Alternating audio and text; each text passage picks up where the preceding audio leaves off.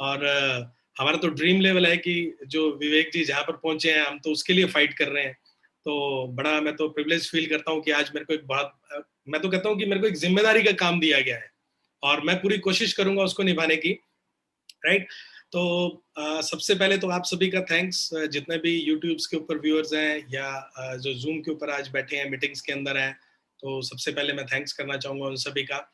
और चलिए बात करते हैं। वैसे मैडम की जहाँ तक बात है, तो मैडम का भी एक ऑनलाइन लेक्चर था, तो वो अभी आ नहीं पाएंगे। जैसे ही वो फ्री होंगे मैं उनको कॉल कर दूंगा, बट एक उनका लेक्चर आ गया बीच में, स्टिल वो वर्किंग कर रहे हैं। तो सबसे पहले मैं अपने बारे में बात करूंगा। मेरा नाम बता दिया, अमित अनरुइज, गंगानगर से ही हैं हम। और जहाँ तक बात करूं मैं अपनी क्वालिफिकेशन की, तो मैंने बीएससी करी है, मैंने एलएलबी करी है, और फिर मैंने प्रैक्टिस भी करी थी। मैंने एज ए एडवोकेट प्रैक्टिस करी है 3-1 महीने तक। लेकिन 1995 में मैं फार्मास्यूटिकल के अंदर आ गया और एज ए मेडिकल रैप मैंने ज्वाइन किया। अब मैं आपको जो चीज बताने जा रहा हूं, आपको मेरी स्टोरी में से बहुत सारे आपको मैसेज मिलेंगे।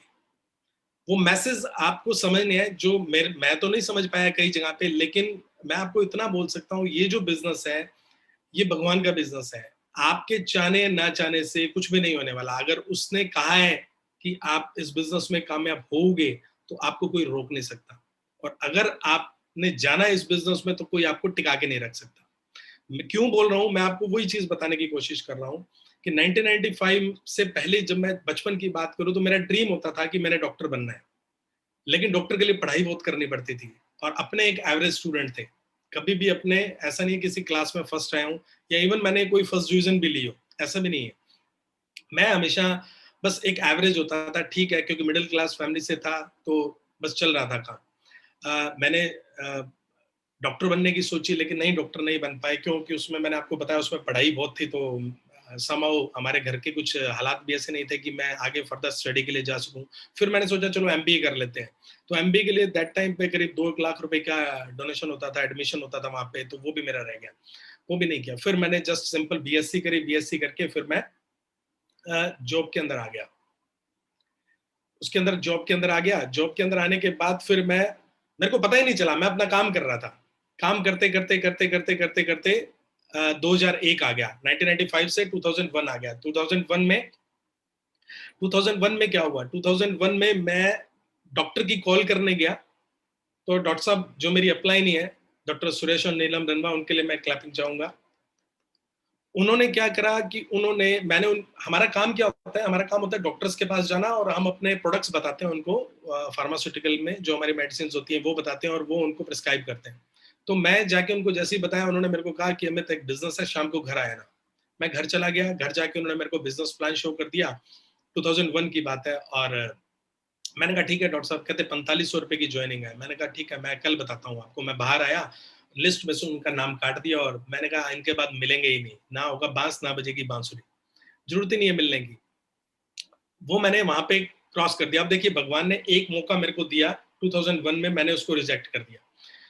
2, 3, 4, 5, 6, 7, 2008 आ गया। 2008 में, 2006 की बात है, 2006 में मैंने अपनी खुद की कंपनी स्टार्ट करी फार्मास्यूटिकल में। देखिए भगवान कैसे आपको देना चाहता है और कैसे रास्ते पे पहुंचाता है, सब सब उसका किया धरा है। आप कुछ भी नहीं कह सकते कि ये मैंने इसको डिजाइन किया था। 2006 में जब मैं कंपनी लॉन्च कर रहा था, मैंने एक ऐसा प्रोडक्ट बना लिया जो सिर्फ गंगानगर में 2 ही डॉक्टर लिखते थे, जिसमें से एक डॉक्टर इनवा थे। वो मैं प्रोडक्ट लेके जब उनके पास पहुंचा 2008 में, तो उन्होंने मेरे को वापस से बिजनेस प्लान दिखा दिया। अब वो प्रोडक्ट लिख रहे थे, मेरा ऑलरेडी लिखना शुरू कर दिया, और उन्होंने मेरे को बिजनेस प्लान भी बता दिया। अब मेरे लिए कोई मौका नहीं था मना करने का। मैंने कहा चलो डॉक्टर हैं, देख लेते हैं, कोई बात नहीं, ज्वाइन कर लेते हैं, कहीं मेरा प्रोडक्ट ना बंद हो जाए। इसलिए मैंने ज्वाइन कर लिया। मेरे को बोले कि 1000 रुपीज की ज्वाइनिंग है, मैंने ज्वाइन कर लिया। That's it. उसके बाद उनका रोज फोन आने लग गया, मीटिंग मीटिंग मीटिंग, आज ओपन मीटिंग है, आज ये मीटिंग है, आज मेरे घर पे मीटिंग है। और मैं रोज कोई ना कोई उनको बहाने लगा देता था कि मैं तो आज टूर पे हूँ, आज मेरा मैनेजर आया हुआ है, आज ये है, आज वो है। मैं रोज ऐसे ही करने लगा। लेकिन करीब 1 महीने बाद उन्होंने मेरे को एक फोन किया, संडे को फोन करके बोले, सैटरडे को फोन किया, बोले कि अमित कल क्या कर रहा है। तो एज यूजुअल अपनों ने तो बहाना ही लगाना था। मैंने कहा जी मैं तो कल टूर पे जा रहा हूँ। कहते कल तो संडे है। और मैंने कहा सॉरी, मतलब मंडे को जा रहा हूँ। कहते फिर कैसा है, कल सुबह मेरे पास आ जाना, एक सेमिनार अटेंड करवाना। अब मरता क्या ना करता, मना तो 1 महीने से तो कर ही रहे थे। चलो सुबह पहुंच गया उनके घर। अब देखो सुबह मेरे को बिठाया कहाँ पे, बस पे बिठाया, चंडीगढ़ लेके सीधा। जब चंडीगढ़ गए तो रास्ते में मेरे को कहते 700 रुपये बस की टिकट दे दो और 700 रुपये वहां सेमिनार की टिकट दे दो। मैंने कहा ये तो अच्छी बात है यार, चलो कोई बात नहीं, डॉक्टर साहब प्रोडक्ट ना बंद कर दें इसलिए दे दिया। मैंने सोचूंगा इन्वेस्टमेंट ही कर दी मैंने। अब देखिए वहां प्रोग्राम में चले गए, प्रोग्राम वहां चंडीगढ़ ओपन था पूरे ग्राउंड के अंदर, और बहुत सारे लोग, 15-20 हजार लोग आए हुए थे, जिसमें करीब 10 से 1 हजार लेडीज थी। मेरे को लाइन में लगा दिया, लाइन में लगा करके अंदर जा रहे हैं। मैं देख रहा हूँ सारे जन इतने शांत बैठे हैं, कोई हो उल्ला नहीं, कुछ नहीं, क्या है क्या ये।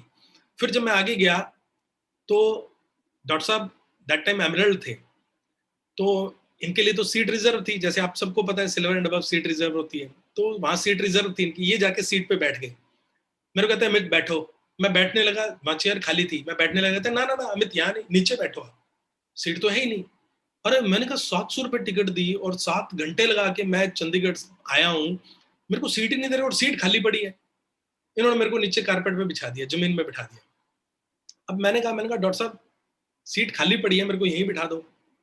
कहता है ये सिल्वर एंड अबव के लिए। अब मेरे को तो प्लान ही नहीं ढंग से पता था कि सिल्वर क्या होता है, वो तो दूर की बात है। मैंने कहा चलो कोई बात नहीं। प्रोग्राम शुरू हो गया, 6-7 घंटे का प्रोग्राम था। मेरे को कुछ समझ ही ना आया क्योंकि मेरा दिमाग मैंने क्लोज कर लिया। एक के बाद एक स्पीकर आते जा रहे थे और अपने इधर उधर बस देखे जा रहे थे। इतने में एक स्पीकर आए जिन्होंने काले रंग का चश्मा पहन रखा था। और फिर मैं सोचूं कि अब रात होने वाली है, रात हो चुकी है, और ये चश्मा डाल के समझ नहीं आई बात। इतने में उन्होंने बोला कि वो आंखों से अंधे हैं, डायबिटीज के कारण उनकी जो आई साइड है वो चली गई, और उनकी किडनी भी जो है वो डायलिसिस के ऊपर है। मैंने सोचा वो बंदा जो अपने प्लान करते हैं ना बोर्ड के ऊपर, वो कुछ समझाने लग गया उससे। तो मैंने कहा कि ये इंसान जो अंधा है और जिसकी किडनी फेल है, और जिसने बोला कि अगर मैं एमबीए ना कर रहा होता तो आज मैं सड़क पे होता, मेरी फैमिली सड़क पे होती, हो सकता है मैं दुनिया में ही ना होता, क्योंकि उनके महीने का जो एक्सपेंडिचर था हॉस्पिटल का वो करीब 1.5 लाख रुपए का था। मैंने कहा अरे अंधा ये थोड़ा है, अंधा तो मैं हूं, मेरी आंखें होते हुए भी मैं नहीं देख पा रहा, और उनकी आंखें नहीं है, वो सब कुछ देख पा रहे हैं। तो मैं क्या, कुछ तो गड़बड़ है। फिर क्या हुआ, जब हम वापस आए तो आप सबको पता है कि जब आप सेमिनार से आते थे तो बस के अंदर क्या हुआ, सबको एक एक को बुलाते थे जो नए लोग होते थे कि बताइए आपको क्या अच्छा लगा। मेरे को भी बुला लिया, कहते आओ मैं बताओ तुम्हें क्या अच्छा लगा। मैंने कहा प्रोग्राम तो बहुत अच्छा था, पर मैं एक डिसीजन लेके आया हूँ। कहते क्या, मैं कहा डॉक्टर साहब आज के बाद आपकी कॉल नहीं करूंगा, आज के बाद आपके चैम्बर में कभी नहीं आऊंगा। कहते वो डॉक्टर साहब, कहते ये क्या बात हुई। मैंने कहा डॉक्टर साहब देखो, मैंने जो ज्वाइन किया था वो मैंने ज्वाइन किया था सिर्फ 2, 4, 5, 10 हजार रुपए के प्रॉफिट के लिए, लेकिन आपने जो मुझे दिखाया है, मेरी आंखें खोल दी, मैं यहाँ से लाखों करोड़ों रुपए कमा सकता हूँ। मेरे को जरूरत नहीं है, हाँ आपको प्रोडक्ट लिखना है आप लिखना, मैं आपके चैम्बर में भी आऊंगा लेकिन बिना बैग के आऊंगा और कभी प्रोडक्ट की बात नहीं करूंगा। वो दिन है 2008 लास्ट में, मैं वो करीब है दिसंबर की बात है, दिसंबर 2008। और आज क्या हो गया, मैं उनके चैम्बर में गया तो हूँ लेकिन मैंने कभी उनसे प्रोडक्ट की बात नहीं करी, और कभी मैंने उनको ये नहीं कहा कि आप मेरा प्रोडक्ट। इस तरह से क्या हुआ कि मेरी ज्वाइनिंग हो गई। जब ज्वाइनिंग हुई और जब मैं आ गया तो मैंने 1 जनवरी 2009 से बिजनेस का प्लान दोबारा से देखा, प्लान दोबारा देखा, और धीरे धीरे धीरे धीरे समझना स्टार्ट किया कि है क्या चीज। और दूसरा जो मेरा डिसीजन था वो ये था कि जब मेरे को ये नीचे बिठाया गया था और मैंने डॉक्टर साहब से पूछा था, मैंने डॉक्टर साहब ये ऊपर क्यों नहीं बिठा रहे, तो उन्होंने कहा था सिल्वर एंड अबव है। तो मैंने दैट टाइम उसी टाइम अपने आप से कमिटमेंट करी थी, अपने आप से, किसी और से नहीं, अपने आप से कमिटमेंट करी थी, अगर मैं इस बिजनेस को कभी करूंगा, अगर मैंने किया, अब जाके अगर मैं करता हूं, तो मैं अगले फंक्शन में तब भी आऊंगा जब मैं सिल्वर बन जाऊंगा। ये मैंने अपने साथ कमिटमेंट किया कि मैं नीचे नहीं बैठना चाहता, मैं नीचे बैठने के लिए बना ही नहीं हूं। मैंने आते ही बिजनेस शुरू किया, 1 जनवरी 2009 से स्टार्ट किया, और 31 जुलाई 2009 यानी कि 7वें महीने में मैं ब्रांड न्यू सिल्वर था। मेरा मेरा जुनून था, मेरा मेरे अंदर पैशन था कि मैंने सिल्वर जाना है और मैंने उस चेयर के ऊपर बैठना है, मेरे लिए चेयर होनी चाहिए। मैं उसके बाद प्रोग्राम में गया, चेयर नहीं मिली, सब सीट थी, मैं आराम से नीचे बैठा, बट मन में एक संतुष्टि थी कि मेरे लिए चेयर थी, बट किसी और को जरूरत थी, कोई लेडीज को जरूरत थी, वो बैठी हैं, कोई बात नहीं, बट मैंने अपना काम कर दिया। उसके कई मतलब 3 साल 4 साल तक मैं नीचे बैठ बैठ के प्रोग्राम देखता रहा हूँ। मेरे को सीट नहीं मिलती थी, क्योंकि हम यहाँ से जब जाते थे तो वहां पहुंच के क्या हुआ, वहां पहुंच के हम लेट हो जाते थे, तो लेट होते थे तो सारी की सारी वहां पे सीट्स रिजर्व हो जाती थी। तो इस तरह से मेरी ज्वाइनिंग हुई, और जब सिल्वर बन गया तब थोड़ी सी रिस्पॉन्सिबिलिटी बन गई, क्योंकि टीम में कुछ लोग आ गए थे, टीम में ज्वाइन होना शुरू हो गए थे। तो मेरे को देख के मेरी टीम के अंदर एक्साइटमेंट आ गई, और मेरे जुलाई में सिल्वर जाते ही मेरी डाउन में एक जने ने बोला मैं भी सिल्वर जाऊंगा, और वेरी नेक्स्ट मंथ अगस्त को छोड़ के सितंबर में वो भी ब्रांड न्यू सिल्वर हो गए। तो जैसे ही आपके डाउन में कोई बंदा सिल्वर जाता है या कुछ अच्छी पिन आती है, तो आपकी मॉरल रिस्पॉन्सिबिलिटी और बढ़ जाती है। तो अब मैं 1 से 2 हम हो गए, तो 2 होके मिलके हमने काम करना शुरू कर दिया। 2008 में 9 में मैं सिल्वर गया, 9 में सिल्वर गया, 10 में गोल्ड गया, 11 में मैं प्लैटिनम गया, 12 में मैं फाउंडर प्लैटिनम गया, और उसके बाद मैंने मेंटेन करता गया। 12, 13, 14, 15, 16, 17, 18 फाइट कर रहे थे, हम एमरल्ड के लिए फाइट कर रहे थे, लेकिन नहीं हो पा रहा था। हर बारी हम गोल बनाते, हर बारी हम काम करते, हर बारी मैं फेल हो जाता। लेकिन मेरा नेचर ही ऐसा था कि मैं हार मानने वालों में से नहीं था। मैं एक बारी छूटा, मैंने फिर ट्राई किया, मैं दूसरी बारी मैं फेल हो गया, मैंने फिर ट्राई किया, मैंने तीसरी बारी ट्राई किया, चौथी बार जाके मैं एमरल्डशिप कर पाया। ऐसा नहीं है बहुत काम इजी हो गया। आज जितने लोग नए बैठे हैं, आपको लगता होगा अल्लाह इसकी तो किस्मत थी, ये तो कर गया। किस्मत तो आपकी भी है, आप ही के हाथ में है। जो आप काम करोगे, आज करोगे, इसका रिजल्ट तो आपको मिलना ही है। अगर आप सही काम कर रहे हो तो सही रिजल्ट आएगा, आप गलत काम करोगे तो गलत रिजल्ट आएगा। आपने अगर आम का पेड़ लगाया तो आपको आम मिलेगा ही मिलेगा, बस बशर्ते आप उसको बचा के रखते हो नहीं रखते। तो सेम मेरे साथ भी था, मैं जुनूनी था, मैं फार्मास्यूटिकल में भी काम कर रहा था। लेकिन मैं आपको थोड़ा सा बताऊं, चैलेंज की बात करते हैं, जो चैलेंज हर किसी के साथ आते हैं। आज का टाइम जो चल रहा है वो भी चैलेंज का टाइम है। जब मैं घर में बिजनेस को मैंने ज्वाइन किया था, तब दैट टाइम में मेरे घर में सारे नेगेटिव थे। उस टाइम पे क्या हुआ कि मेरी वाइफ जो थी, वो जॉब के अंदर थी। अब मैंने उसको जाके बिजनेस के बारे में बोला, तो उन्होंने कहा कि नहीं, मैं तो बिजनेस नहीं करूंगी, आपको करना है करो। अब मेरे साथ क्या चैलेंज हुआ, अब मेरी सपोर्ट कौन करेगा? अब मेरी सपोर्ट कोई भी नहीं कर रहा था, मैं पॉजिटिव था, लेकिन मेरी वाइफ ने मेरे को सिर्फ इतना बोल दिया, चलो ठीक है, आप करना चाहते हो आप करो, मैं आपको मना नहीं करूंगी, लेकिन आप मेरे से कुछ मदद की उम्मीद मत रखना। ठीक है, चलो इतना ही बहुत है। मैं आपको कई लोगों को इतना ही बताना चाहूंगा, अगर आपकी वाइफ आपका सपोर्ट नहीं कर रही है इनिशियल लेवल पे, कोई बात नहीं, लेकिन वो आपको पीछे मत खींचे। अगर कोई लेडीज यहाँ बैठी है, तो अगर आपका हस्बैंड बिजनेस को कर रहे हैं और पैशनेटली कर रहे हैं, तो उनको करने दीजिए, क्योंकि उनको पता है। आप एक सोच के देखिए, मैं आज अगर मैं जॉब कर रहा हूं और मैं पार्ट टाइम में एमबे बिजनेस भी कर रहा हूं, तो मैं कर तो अपनी फैमिली के लिए रहा हूं ना। जब पैसा आएगा तो पहले तो मेरी फैमिली को काम आएगा ना, मैं तो बाद में खर्च करूंगा। तो अगर आपके हस्बैंड अपने मेन काम के साथ में पैशनेट होके वो इस बिजनेस को कर रहे हैं, तो उनके करने दीजिए। वो पैसा आप ही के काम आने वाला है, आपके बच्चों के काम आने वाला है, और हमारे बाद हमारी जनरेशन को काम आने वाला है। तो मैं उन्होंने मेरे को पीछे खींचा नहीं, मैं सिल्वर चला गया, मैं अकेले सिल्वर गया, मैडम का कोई सपोर्ट नहीं रहा। मैं गोल्ड गया, मैडम का कोई सपोर्ट नहीं था। मैं प्लैटिनम जा रहा था, प्लैटिनम जाते जाते मेरी डाउनलाइन में से एक लेडीज ने बोला, मैडम को बोला कि अगर आप बड़े फंक्शन में साथ में नहीं जाओगे तो हम भी नहीं जाएंगे। तो मैंने इसको कहा, क्यों, मेरी टीम इतनी अच्छी बन रही है, तुमको सिर्फ साथ चलना है, एक बार तो चलो तुम। प्लेटिनम जाते हुए उन्होंने पहला फंक्शन अटेंड किया था, आप सोच के देखो। फिर भी हम प्लेटिनम गए फिर उस साल। फिर प्लेटिनम जब इन्होंने फंक्शन देख लिया, तो फंक्शन देखने के बाद इसमें थोड़ी सी चेंजेस हो गई, तब्दीली आई, कुछ माइंडसेट के ऊपर चेंज आया, कुछ इनको फेथ होने लग गया। तो धीरे धीरे हम दोनों ने काम करना शुरू किया। फिर जितनी भी मेरे ग्रुप की लेडीज थी, उनको इन्होंने टेक ओवर किया, मैं प्लान डेमो और ये पूरी टीम के अंदर लगे। हम दोनों ने मिलके उस बिजनेस को, एक ड्रीम आया तब 2012 के अंदर की, पहला जो ट्रिप था वो मेलबर्न का था, ऑस्ट्रेलिया का। तो हमने उसके लिए बहुत फाइट करी और हम वो क्वालिफाई कर गए। इस तरह से हमारी टीम बनी। टीम ऐसा है, टीम मैं ये नहीं कहता कि टीम बनेगी, लोग आएंगे लोग जाएंगे। मैटर ये करता है कि आप अपने बिजनेस को किस तरह से देखते हो।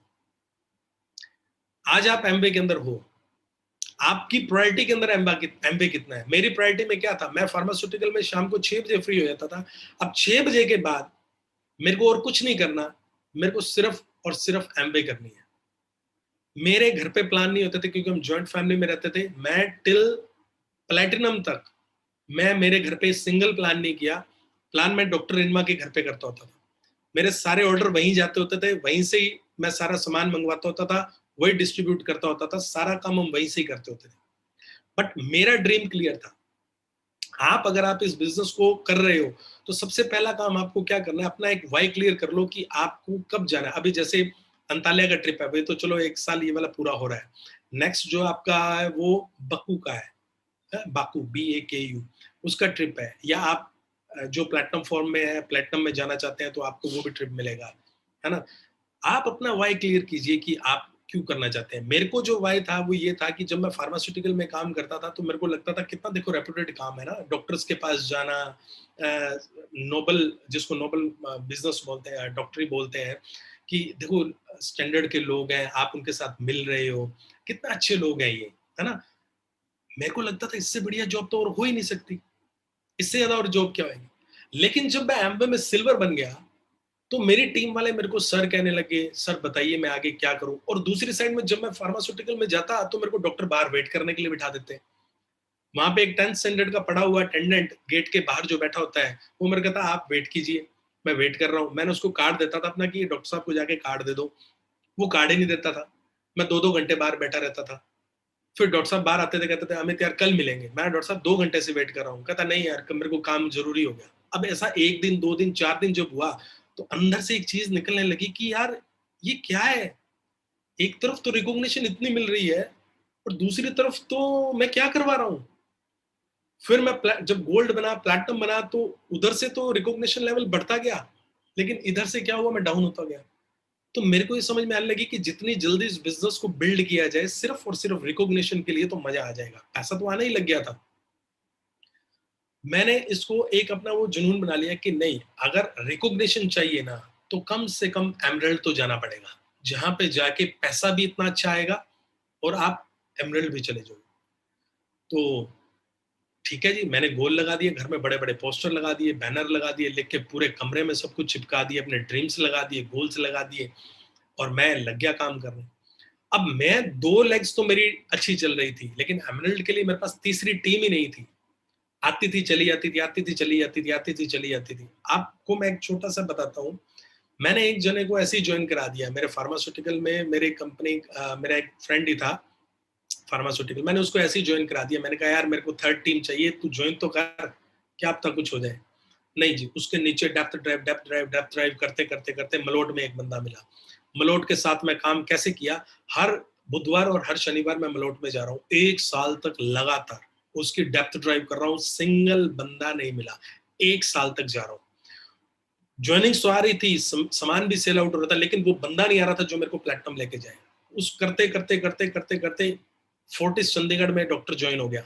उसने श्रीनगर के अंदर एक डॉक्टर को ज्वाइन करा दिया, ITBP के अंदर, इंडियन तिब्बत बॉर्डर पुलिस के अंदर डॉक्टर था, उसको ज्वाइन कर दिया। उसने कलकत्ता के अंदर एक अपनी सिस्टर को ज्वाइन करा दिया।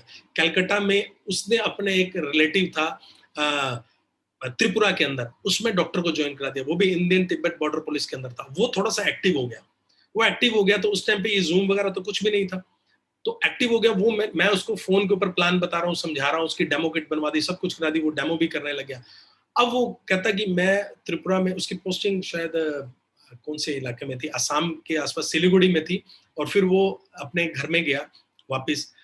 छुट्टियां थी 2 महीने के लिए, तो उसने मेरे को बोला कि अमित मैं घर पे जा रहा हूँ 2 महीने के लिए, मेरे को वहां पे जाके काम करना है, मेरी सपोर्ट कौन करेगा। अब मेरे को तो वहां पता ही नहीं कोई ब्रिट वर्ल्ड वाइड भी चलता है नहीं चलता, क्या सिस्टम है क्या नहीं। मैं उस बंदे को कभी आज तक फेस टू फेस नहीं मिला, मैं उस बंदे को जानता नहीं, क्योंकि वो बिल्कुल डेप्थ में जाके कहीं पे था। मैंने फिर भी उसको, मेरे को एक बंदा चाहिए था प्लेटिनम लेके जाने के लिए, क्योंकि मेरे को एमरल्ड जाना था, मेरा ड्रीम क्लियर था। मैंने उसको कहा आप कब वहां पहुंच रहे हो, उसने कहा मैं इस तारीख को पहुंच रहा हूँ। मैंने कहा 3 दिन बाद मैं वहां पे आ रहा हूँ। वो बड़ा खुश हुआ, कहता सच में आप मेरी मदद करने आ रहे हो। मैं क्या, हाँ मैं आपकी मदद करने आ रहा हूँ। मैंने यहाँ से फटाफट टिकट कराई, दिल्ली गया, दिल्ली से बाय एयर मैं कलकत्ता गया, कलकत्ता से भी 1 घंटे की फ्लाइट थी, मैं त्रिपुरा पहुंच गया। मैं उस बंदे को नहीं जानता, कभी शक्ल नहीं देखी, एयरपोर्ट पे उतरा, मैंने उसको फ़ोन किया, वो बाहर गाड़ी लेके आया हुआ था। वो गाड़ी लेके सैल्यूट मारा, सर। और मैंने कहा ITBP, Indian Tibet border police का डॉक्टर, बड़े अच्छे लेवल के ऊपर, हालाँकि एज मेरे बराबर की थी, उससे सैल्यूट मारा, सर बैठिए। और मैंने कहा ये क्या हुआ?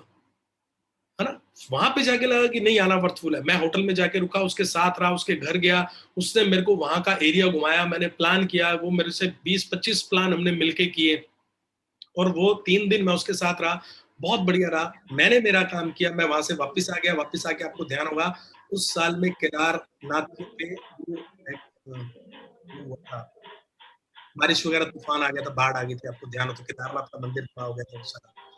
उसकी ड्यूटी वहाँ लग गई, वो वहीं पे चला गया और आज तक पता ही नहीं है। है तो इंडिया में ही, उसके बाद वो फ़ॉरेन चला गया। वो वहाँ से 6 महीने वहाँ रहा, 6 महीने रह के वो वापस त्रिपुरा आया, वहाँ से वो दूसरी कंट्री में चला गया, कंट्री में 2-3 साल रह के वो यहाँ पे वापस आ गया त्रिपुरा में, अभी भी त्रिपुरा के अंदर ही है। बट मेरा उस दिन के बाद से आज तक, वापस आने के बाद से आज तक उससे मेरी फ़ोन पे बात ही नहीं हुई। लेकिन उसी टीम के अंदर मैं डेप्थ ड्राइव करते-करते उसी टीम के अंदर मेरे को एक प्लैटिनम मिला, एक गोल्ड मिला, एक सिल्वर मिला और एक सिल्वर और मिला जो लास्ट में था। और आप देखिए वो जो गए हैं, वो मैं उनमें से अगेन किसी को नहीं जानता। मेरे कहने का मतलब अब देखिए आप अपना काम कीजिए, ऊपर वाले को ऊपर वाले का काम करने दीजिए। हमारा एक ही काम है, कर्म करना, रिज़ल्ट वो ऊपर वाला देगा। तो इस तरीके से मैंने एमराल्डशिप करी और एमराल्ड जाने के बाद मैं आपको कुछ रिवॉर्ड्स बताना चाहता हूँ। हालाँकि आपकी अपलाइन तो डायमंड है और बहुत सारा कुछ आप उनके तो देखते ही हैं, क्या लग्ज़री गाड़ियाँ हैं, फॉर्च्यूनर पे घूमते हैं आप, देखिए आप, है ना? लेकिन मैं देखो उनके पास गवर्नमेंट जॉब भी है, वो फिर भी इसको मैनेज कर रहे हैं, कैसे मैनेज कर रहे हैं, बहुत अच्छी बात है। दीदी हैं, वो अमृता दीदी, वो भी बहुत अच्छा बिज़नेस को कर रहे हैं और पैशनेटली बिज़नेस को बिल्ड कर रहे हैं। आपकी टीम, मतलब आप तो लकी हैं कि आपको ऐसी अपलाइन मिली है, जो बैलेंस बनाना उनको आता है। अब मेरे से तो बैलेंस हो नहीं रहा था क्योंकि एक तरफ तो रिकॉग्निशन ज़्यादा थी और एक तरफ रिकॉग्निशन कम थी। तो जब मैं एमराल्ड क्वालिफिकेशन में था, तो मैंने क्या करा, मैंने कहा कि भई मेरे से तो नहीं, अब ये एक एक वर्ड बोलता हूँ, बेइज्जती। मैंने कहा मेरे से नहीं सही जाती। भई मेरे पास रिकॉग्निशन इतनी ज़्यादा है, मैं उधर नहीं जा सकता। तो मैंने वाइफ को बोला कि भई मैं तो नहीं काम करूँगा। कहती फिर एक शर्त है, आप एमराल्ड चले जाओ। मैंने कहा एमराल्ड चले जाओ तो चलो एक काम करते हैं। मैंने अपना जो बैग होता है ना हमारा, मैंने उसको परछत्ती के ऊपर, परछत्ती समझते हैं ना आप, ऊपर छत के ऊपर ही समझ लो, मैंने वहां रख दिया। मैंने कहा अब मैं मेहनत करूंगा 1 साल, अगर नहीं गया एमराल्ड तो बैग को उठारा दोबारा उतारूंगा और काम पे लग जाऊंगा, और अगर चला गया तो बात की बात में देखेंगे। दोस्तों उस साल मैंने करीब ज्यादा नहीं 48,000 किलोमीटर कार चलाई मैंने 1 साल के अंदर। 48,000 किलोमीटर, मेरे को नहीं पता सुबह क्या, शाम क्या, दोपहर क्या, रात क्या, कहाँ खाना खाना है, कार में ही सो रहा हूँ, कार में ही एसी चल रहा है, गर्मी इतनी भयंकर है, मेरी गाड़ी में खड़ी खड़ी में 3-3 घंटे उसमें डीजल फूकता रहता था, पर मैं एसी में बैठा रहता था। जैसे 12 बजे हम कहीं काम पे गए, उसने कहा 3 बजे आना, आप 70 किलोमीटर वापस गंगानगर आना। मैंने कहा बैठे ही कार में, पेड़ के नीचे कार लगाई, खाना साथ में ही होता था, खाया और सो गया वहीं। अलार्म लगा देता घड़ी में, पैरों बीच में सीडी चला ली, सुन ली, वहीं पड़े रहे। एक्सेस एनर्जी ड्रिंक होता था शाम को 6 बजे, क्योंकि इतनी चाय पी पी के पेट खराब हो जाता था। एक्सेस एनर्जी ड्रिंक मेरी कार में 24 घंटे आपको ठंडा मिलेगा, चिल्ड, क्योंकि बर्फ में लगा के मैं रखता था, उसको पीता था, मीटिंग में जाता था। सब कुछ करके यहाँ से क्या, बठिंडा 105 किलोमीटर था, किसी ने कोई सामान मांग लिया, गाड़ी उठाई, बठिंडा पहुंच गया, सामान ले आया, मीटिंग में जा रहा हूँ, लोगों को लेके जा रहा हूँ, बीबीएस में ये वो बसें भर भर के। मैंने मतलब पीछे मुड़ के नहीं देखा, मेरा एक ही ड्रीम था, मेरे को एमराल्ड जाना है। और मैंने उस साल ब्रेक किया। उस साल मैं एमराल्ड गया। अब थोड़ी-सी उसके बाद की जैसे विवेक जी ने फॉर्च्यूनर ली, तो मेरा ड्रीम भी बना फॉर्च्यूनर लेंगे हम। लेकिन स्टार्ट करा था मैंने जब बिज़नेस, मेरे पास अल्टो कार होती थी। अल्टो कार को मैंने इतना भगाया कि करीब मैंने 1 लाख किलोमीटर मैंने अल्टो कार चलाई। टोटल मैंने सवा लाख किलोमीटर बाद वो बेच दी, यानी कि जिसमें फार्मास्यूटिकल की भी चली थी और एम्वे की भी चली थी। फिर सीधा मैं 2012 में जब मैं प्लैटिनम बना, मतलब फाउंडर बन रहा था, फाउंडर के मैंने 4-5 महीने कंप्लीट किए, तो मैंने वर्ना कार ले ली।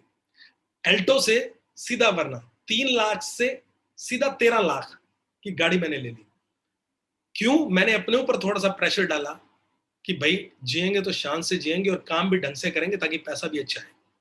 2013 से मैंने 2012 से मैंने वो वर्ना कार को ड्राइव करना शुरू कर दिया। अब ड्रीम था, घर में पैसा आ रहा था, सब कुछ हो रहा था। एमराल्ड गए तो एमराल्ड में भी कुछ ड्रीम्स, जैसे हम सभी लोग ड्रीम्स लिखते हैं ड्रीम्स, तो अभी मैं आपको बताता हूँ लास्ट रिसेंटली जहाँ पे कोविड का टाइम आया था, लोग घरों में थे, मैंने छोटी-छोटी कई परचेजेस करी जहाँ पे लोग अपने हाथ बंद करके बैठे थे। मैं इस बिज़नेस की पावर आपको बता रहा हूँ। मैं ये नहीं बता रहा मैंने क्या लिया, मैं आपको बता रहा हूँ, एक होप दे रहा हूँ कि इस बिज़नेस से क्या हुआ। मैंने वॉच ली, एप्पल वॉच 50,000 रुपए की। मैंने वाइफ को वॉच दिलाई 50,000 रुपए की। मैंने बेटी को मेरी वॉच दिलवाई, जैसे 18 साल की हुई मैंने उसको वॉच दिलाई 50,000 की। मैंने बिटिया को आईफ़ोन दिलाया 70,000 का। मैंने वाइफ को फ़ोन दिलाया 70,000 का। मैंने खुद फ़ोन लिया 70,000 का। मैंने मैकबुक लिया 70,000 का। एयरपोर्ट जो आते हैं सुनने वाले लोग कहते हैं कि 1000-1200 के तो आ ही जाते हैं। 14,000 रुपए के लिए ले, बट ये वाले, बट 2 सेट लिए ये। 1 नहीं 2। ये कहाँ से आ रहा है? मैं आपको सिर्फ इतना पूछना चाहता हूँ, कहाँ से आ रहा है ये? फिर मैंने हर रूम के अंदर, पहले एक रूम में मेरे एसी था, फिर मैंने दूसरे में लगवाया, फिर तीसरे में लगवाया, फिर चौथे में लाया। आज लॉकडाउन में 3 दिन पहले, सिर्फ 3 दिन पहले मैंने अपना घर सेंट्रल एसी कर लिया। सेंट्रल एसी घर है टोटल। किसी कमरे में चले जाओ, आपको कूलिंग मिलेगी टोटल। अभी 5 दिन पहले मैंने घर पे सोलर लगवा लिया। 6.5 लाख रुपए का सोलर लगा। आप सोचो ये कहां से पैसा आ रहा है? लॉकडाउन में जहां पे लोग कह रहे हैं यहां से बचा लें, वहां से बचा लें, ये कर ले, वो कर ले। अब मैंने भी गाड़ी बुक करानी थी, मैं सिर्फ लॉकडाउन के कारण गाड़ी बुक नहीं कराई, नहीं तो मेरा बर्थडे है अगस्त में, मैं उसमें गाड़ी ले रहा हूँ। करीब 25 लाख की वो गाड़ी है। अब सोचिए कहां से आ रहा है पैसा दोस्तों। मैं आपको जो होप देना चाहता हूं वो ये, इस बिजनेस को इस तरीके से बिल्ड कीजिए कि आने वाली जनरेशन को वो पैसे के लिए तंगी ना झेलनी पड़े जो हम सभी ने झेली है। मेरा ड्रीम था, जैसे मेरे पापा गवर्नमेंट जॉब में थे, आज उनको पेंशन आती है, तो मेरे को हमेशा बोलते थे क्यों भागता है तू इतना, क्यों भागता है, क्या चाहिए तेरे को बता। मैं कहता हूँ आपके पास तो पेंशन है, मेरे पास तो पेंशन भी नहीं है। 60 साल की एज में जब मैं हो जाऊंगा तो मैं क्या काम करूंगा, मैं कहाँ जाऊंगा। मेरी 2 बेटियां हैं, दोनों बेटियों की मैं शादी कर दूंगा तो मेरा ध्यान कौन रखेगा। तो मैंने इस एम्बे को अपने बेटे की तरह पाला और ये आज हमारी इतनी हेल्प कर रहा है, इतना पैसा दे रहा है कि आप सोच भी नहीं सकते। आज मैं लॉकडाउन में ही, लास्ट लॉकडाउन जैसे मैं एमराल्ड गया, वो बैग आज भी ऊपर पड़ा है। फिर भी कहीं कुछ मैं दोबारा कंपनी शुरू ना कर लूं, मैंने अपनी कंपनी बेच दी। सीधी सी बात, मैंने कंपनी किसी और को सेल आउट कर दी कि ये तुम संभालो, चलती है तो ठीक है, नहीं चलती तुम जानो, तुम्हारा काम जाने, ये तुम रखो। और आज आज फ्री है, डायमंड की तरफ जा रहे हैं, डायमंडशिप की पूरी तैयारी है, कोई डाउट नहीं है इसमें। काम बहुत अच्छे तरीके से कर रहे हैं, टीम बहुत शानदार बन रही है, बहुत एक्साइटेड मेरे लोग हैं टीम के अंदर। और आपको जो मैं एक फेथ देना चाहता हूँ, मेरी, मैं इस पूरे समअप करना चाहूंगा आपको थोड़ा सा। पहला मैं एमबीए करना नहीं चाहता था, जैसे विवेक जी ने भी बताया कि मैं एमबीए में नेगेटिव था। क्यों? मैं अपनी फार्मास्यूटिकल से बहुत खुश था, पैसा आ रहा था, लेकिन फ्रीडम नहीं थी, लेकिन फ्रीडम का पता ही नहीं था, इसलिए नहीं पता।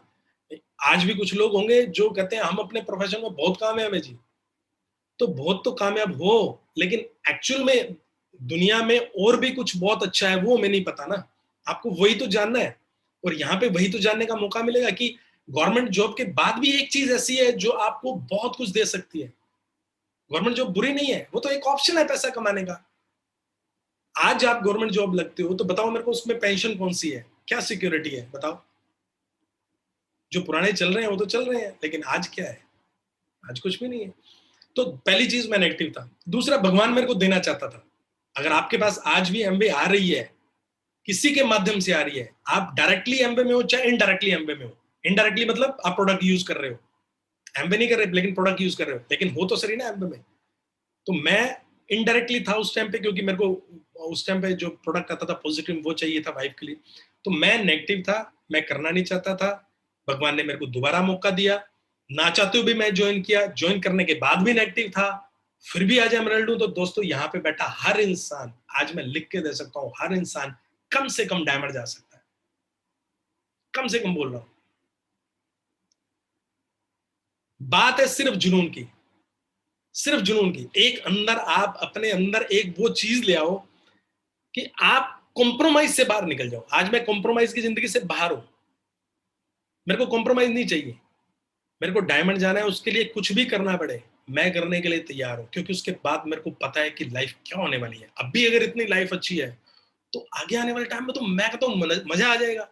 क्या सेलिब्रिटी बन जाएंगे आप, कहाँ पे जाएंगे, आपको कारें लेनी आएंगी, लोग ऑटोग्राफ लेंगे, फोटो खिंचवाएंगे, जैसे विवेक जी आते हैं, जहां कहीं मिल जाए विवेक जी के साथ तो बड़ा हमारा अच्छा प्रेम है। प्लेन में भी इनके साथ में एक एक घंटा में खड़ा रहता हूँ। क्यों खड़ा रहता हूँ पता है, बिजनेस क्लास में जाते हैं, अब वहां पे, अब हम बैठे इकोनॉमी क्लास में, ये बिजनेस क्लास में, तो वहां खड़े होकर एक फीलिंग लेना ही बढ़िया अपने आप में एक अलग बात है। घुसने ही नहीं देते बिजनेस क्लास में नॉर्मल पर्सन को, तो वहां खड़े होकर थोड़ा सा ड्रीम बनाते हैं, है ना। तो इनसे भी सीखने को बहुत कुछ मिलता है। विवेक जी और गौरी शंकर जी हमारे मित्र हैं, गंगानगर से ही हैं, तो हम हर मीटिंग में हमारे साथ होते हैं। क्या पैशनेट तरीके से, जो एक्साइटमेंट लेवल उनका तब था जब मैंने ज्वाइन किया था, वही एक्साइटमेंट लेवल आज है। अब देखो इसी लॉकडाउन में उन्होंने तो गाड़ी चेंज कर ली, फिर 17-18 लाख रुपए की गाड़ी तो वो भी ले आए, है ना। गवर्नमेंट जॉब में भी है, बिजनेस को भी बिल्ड कर रहे हैं। आप सोच के देखिए, इस बिजनेस को सबसे पहले आप अंडरस्टैंड कीजिए कि दोस्तों ये आपकी जिंदगी कैसे बदल सकता है, आपकी और आपकी जनरेशन की। मैं, देखिए, हम सभी जो एमवे परिवार है वो हम सभी के लिए सेम है, लेकिन आपकी टीम जो है वो बेस्ट टीम है।